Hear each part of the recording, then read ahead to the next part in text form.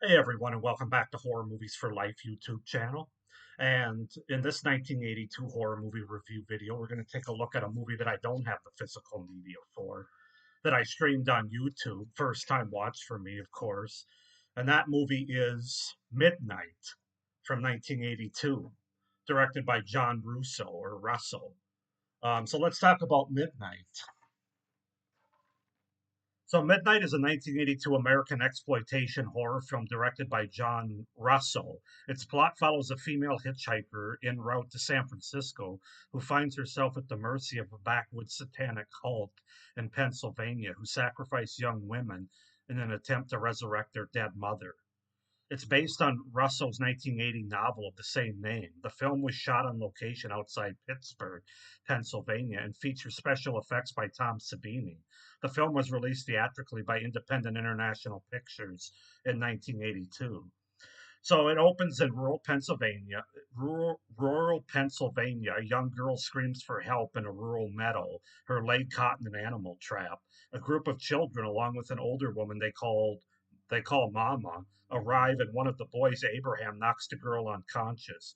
Later, the children chant a satanic prayer over the girl at the behest of their mother, and one of the children, Cynthia, proceeds to brutally stab her to death with a dagger.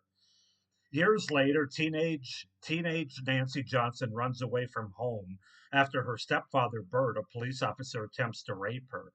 While hitchhiking to her sister's home in San Francisco, she is picked up by two benevolent young men, Hank and Tom. In the backwoods, they pick up a Baptist preacher and his daughter, his adult daughter, Sandra, who they drop off at a cemetery to visit the grave of the preacher's wife. Sandra says a prayer and heads back toward their house. Her father remains and is stabbed to death by a man with a machete. Later, Sandra finds her father's corpse on the doorstep and is also murdered by the man with a machete. So yeah, that's kind of the setup, the premise, the beginning of the 1982 horror exploitation film Midnight.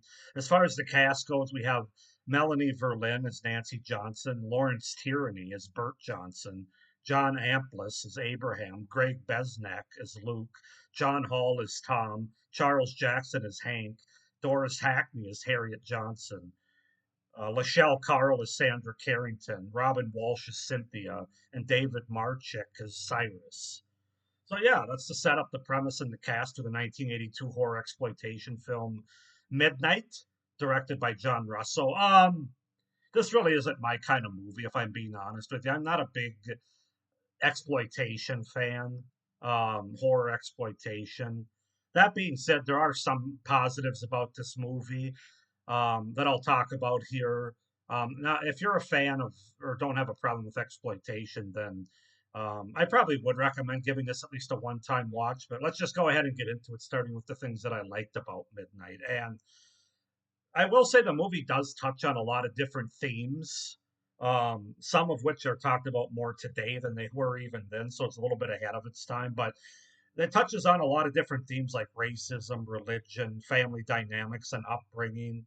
SA or R, you know what I'm talking about. I mentioned it in the premise: police brutality and satanic worship. And so it's got a little bit more to say if you really watch this than just just a straight up slasher, just a straight up turn your brain off. I mean, you can turn your brain off. It's not like these things are shoved down your throat, but they're definitely there. Um, and I kind of appreciate that about a film. Anytime a film can have some relevant social issues or themes in a movie, I think it amplifies it. I think the authenticity of the setting is actually the best part of the movie. Actually, being 95% of the movie being shot on real rural locations outside of Pittsburgh, Pennsylvania, really works to the movie's benefit here. You can tell it's not a back lot, it's not a stage, it's actually being out there in these backwoods, this area in the very rural part of Pennsylvania, and that really helps bring the story to life in a very realistic and grounded way. So that's definitely a pro.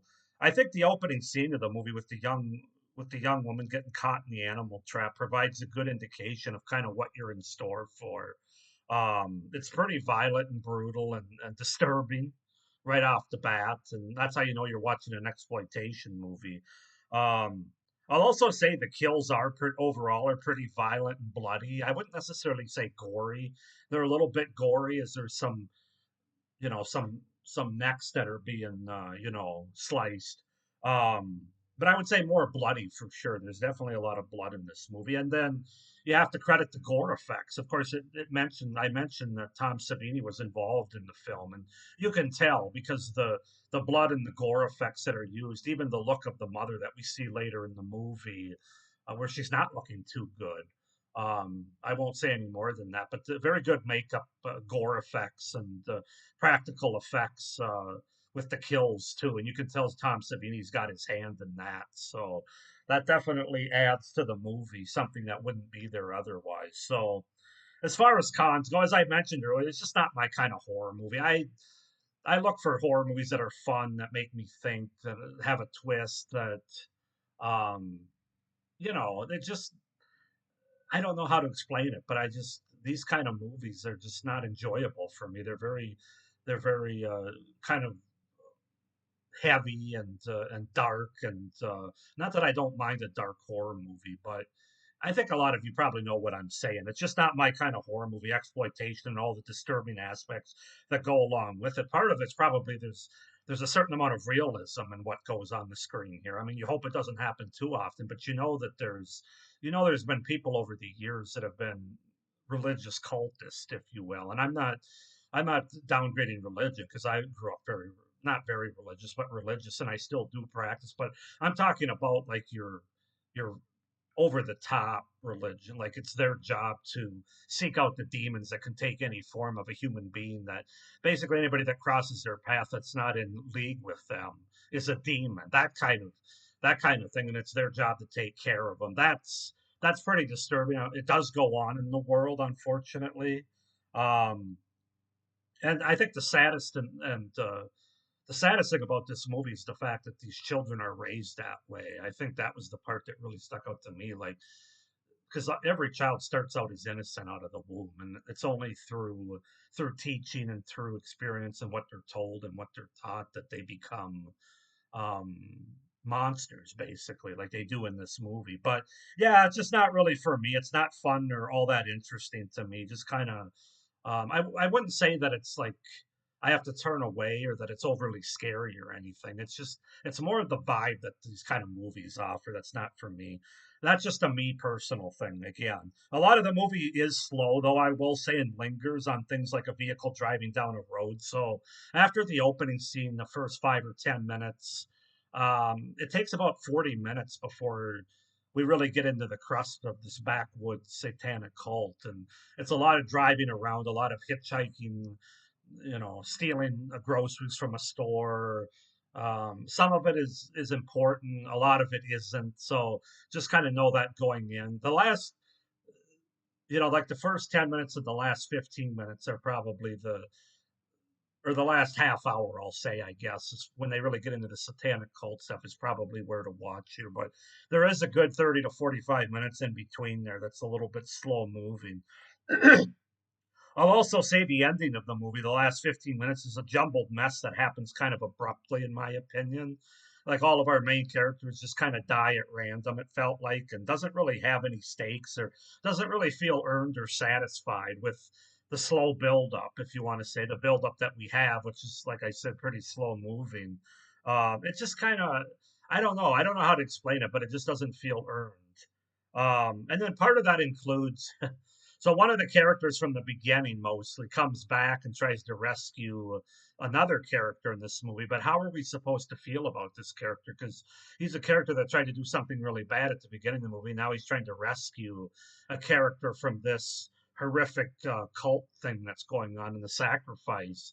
There's just not really a lot of likable characters in this movie. Really, Melanie Verlin's character of Nancy Johnson, she's really the only character that we can get behind and sympathize with. Everybody else has got serious flaws that range from just trying to make it on not having a lot of money all the way up to killing people to sacrifice for Satan. And everything in between with family dynamics and essay and things like that. So that's another thing that makes this kind of movie kind of unwatchable or not that fun for me. Um, The music also is really 70s cheese that doesn't exactly hit the mark for this story. It's very 70s made for TV movie kind of music, and it's there's even a song on the theme of Midnight that's played in here. I don't know who plays it, but the music really didn't work for me at all. The acting is less than stellar, with the exception of the two leads. I would say Melanie Verlin as Nancy Johnson, and of course Lawrence Tierney as Burt Johnson, who of course I know most from Reservoir Dogs. He's very good in the movie. Just and he has to play kind of a tough character. And Melanie Verlin, I thought, played the main character about as well as you could, given the script, which is not strong. But other than that, the rest of the acting's not stellar. The dialogue's not great. As I said, the writing's not particularly great, as it was adapted to a screenplay. And then this is also a very low budget film, and that's shown a lot through the editing. Very just kind of the camera work. It's just got a very amateurish feel to it. Especially the editing and the transitions, I would say.